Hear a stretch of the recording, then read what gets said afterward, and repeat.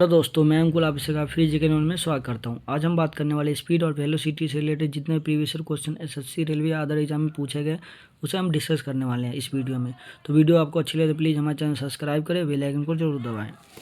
तो हमारा पहला प्रश्न है, विस्थापन के परिवर्तन की दर को क्या कहते हैं। पूछा जा रहा है जो विस्थापन के परिवर्तन की दर को क्या कहते हैं। तो इसका जो राइट आंसर होगा ऑप्शन नंबर डी, वेग। तो विस्थापन के जो परिवर्तन की दर होती है उसे वेग कहते हैं। तो चलिए नेक्स्ट प्रश्न की ओर चलते हैं। दूसरा प्रश्न पूछा जा रहा है, दूसरा प्रश्न, धनात्मक त्वरण का अर्थ क्या होता है। कहा जा रहा है कि जो धनात्मक त्वरण होता है उसका अर्थ क्या होता है। तो इसका जो राइट आंसर होगा ऑप्शन नंबर सी। इसका जो right answer option number C, वस्तु का वेग बढ़ जाता है। धनात्मक त्वरण का अर्थ होता है वस्तु का वेग बढ़ना। तो चलिए नेक्स्ट प्रश्न की ओर चलते हैं। तीसरा प्रश्न, समय के साथ किसी वस्तु का वेग दिखाने वाले ग्राफ को क्या कहते हैं। कहा जा रहा है कि जो समय के साथ किसी वस्तु का वेग दिखाने वाले ग्राफ को क्या कहते हैं। तो इसका जो राइट आंसर होगा ऑप्शन नंबर ए, वेग समय ग्राफ। तो समय के साथ किसी वस्तु का वेग दिखाने वाले ग्राफ को वेग समय ग्राफ कहते हैं। तो चलिए नेक्स्ट प्रश्न की ओर चलते हैं। चौथा प्रश्न, व्यवस्थित वस्तु की वो प्रवृत्ति जो उसे स्थिर या समान गति से गतिमान रहने के लिए प्रवृत्त करता है उसे क्या कहते हैं। तो इसका जो राइट आंसर होगा ऑप्शन नंबर ए, जड़त्व। उसे जो है जड़त्व कहते हैं। तो चलिए नेक्स्ट प्रश्न की ओर चलते हैं। पांचवा प्रश्न, यदि किसी वस्तु द्वारा तय की गई दूरी शून्य है। कहा जा रहा है कि यदि किसी वस्तु के द्वारा तय की गई दूरी शून्य है तो वस्तु का विस्थापन क्या होगा। तो ये चार ऑप्शन दिए गए। तो इसका जो राइट आंसर होगा, इसका जो राइट आंसर होगा ऑप्शन नंबर बी, शून्य।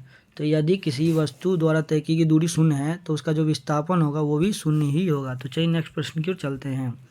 छठा प्रश्न, एक निश्चित दिशा में बढ़ रही वस्तु के गति को वैज्ञानिक शब्दावली में किस पद के रूप में जाना जाता है। कहा जा रहा है कि यदि एक निश्चित दिशा में बढ़ रही वस्तु की गति को वैज्ञानिक शब्दावली में किस नाम से जानते हैं या किस पद के रूप में जानते हैं। तो इसका जो राइट आंसर होगा, इसका right answer option number A, वेग। इसे वेग के नाम से जानते हैं। तो चलिए नेक्स्ट प्रश्न की ओर चलते हैं।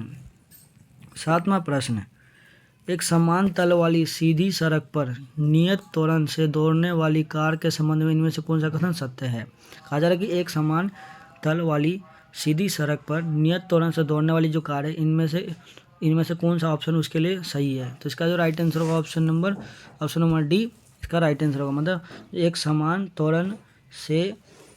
त्वरण वाली सीधी सड़क पर नियत त्वरण से दौड़ने वाली जो कारें हैं उसका वेग जो है निरंतर बदलता रहता है। तो चलिए नेक्स्ट प्रश्न की ओर चलते हैं।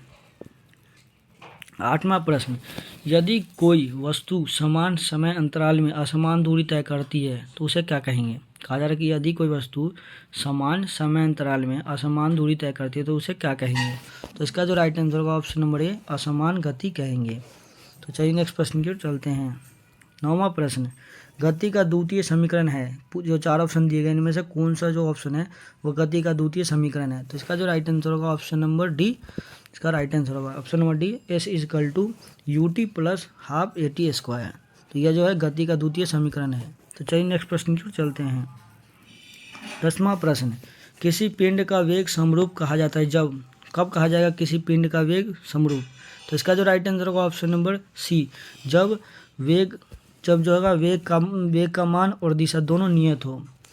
किसी पिंड का वेग समरूप कहा जाएगा जब वेग का मान और दिशा दोनों नियत हो। तो चलिए नेक्स्ट प्रश्न की ओर चलते हैं। 11वां प्रश्न, तत्कालिक वेग और औसत वेग तब बराबर होते हैं जब वस्तु क्या होती है। कहा जाएगा कि जो तत्कालिक वेग और औसत वेग तब बराबर होंगे जब वस्तु क्या होगी। तो इसका जो राइट आंसर होगा ऑप्शन नंबर डी, शून्य होगी, शून्य त्वरण हो। कह रहा है कि जो तत्कालिक वेग और औसत वेग तब बराबर होगा जब वस्तु का त्वरण जो है वह शून्य होगा। तो चलिए नेक्स्ट प्रश्न की ओर चलते हैं। 12वां प्रश्न, गति का तीसरा नियम डैश और वेग के बीच संबंध प्रदान करता है। तो इसका जो राइट आंसर होगा ऑप्शन नंबर है, स्थिति। तो गति का जो तीसरा नियम है यह स्थिति और वेग के बीच संबंध प्रदान करता है। तो चलिए नेक्स्ट प्रश्न की ओर चलते हैं।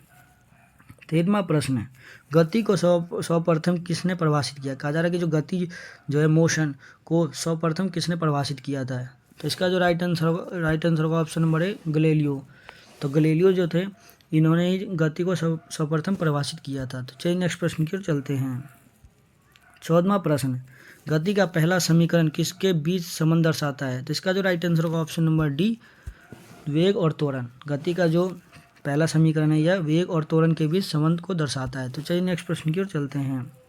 15वां प्रश्न, गति के दूसरे समीकरण द्वारा किसके बीच संबंध दर्शाया जाता है? तो इसका जो राइट आंसर होगा ऑप्शन नंबर बी, स्थान और समय। गति का जो दूसरा समीकरण है यह स्थान और समय के बीच के संबंध को दर्शाता है। तो चलिए नेक्स्ट प्रश्न की ओर चलते हैं।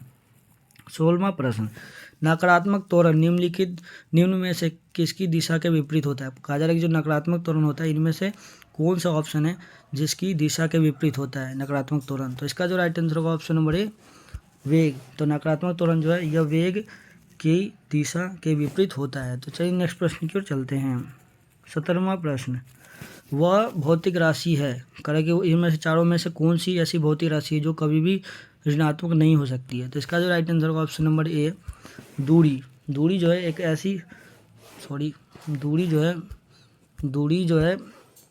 एक ऐसी भौतिक राशि है जो कभी भी ऋणात्मक नहीं हो सकती है। तो चलिए नेक्स्ट प्रश्न की ओर चलते हैं। 18वां प्रश्न, किसी वाहन की गति मापक यंत्र उसकी क्या बताता है? कह रहा है कि कोई भी वाहन की जो गति मापक यंत्र होता है वो उसकी क्या बताता है?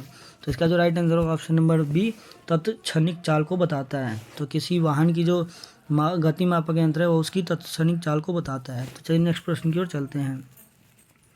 19वां प्रश्न, एक समान वृत्तीय गति में क्या होता है? कहा जा रहा है कि एक समान वृत्तीय गति में क्या होता है? तो इसका जो राइट आंसर होगा ऑप्शन नंबर डी, चाल जो होता है अचर होता है और वेग जो होता है चर रहते हैं। तो एक समान वृत्तीय गति में चाल अचर रहता है और वेग चर रहता है। तो चलिए नेक्स्ट प्रश्न की ओर चलते हैं। 20वां प्रश्न और आखिरी प्रश्न, शून्य से स्वतंत्र रूप से गिरने वाली वस्तु में क्या होता है? शून्य से स्वतंत्र रूप से गिरने वाली वस्तु में क्या होता है? तो इसका जो राइट आंसर होगा ऑप्शन नंबर सी, समान त्वरण होता है।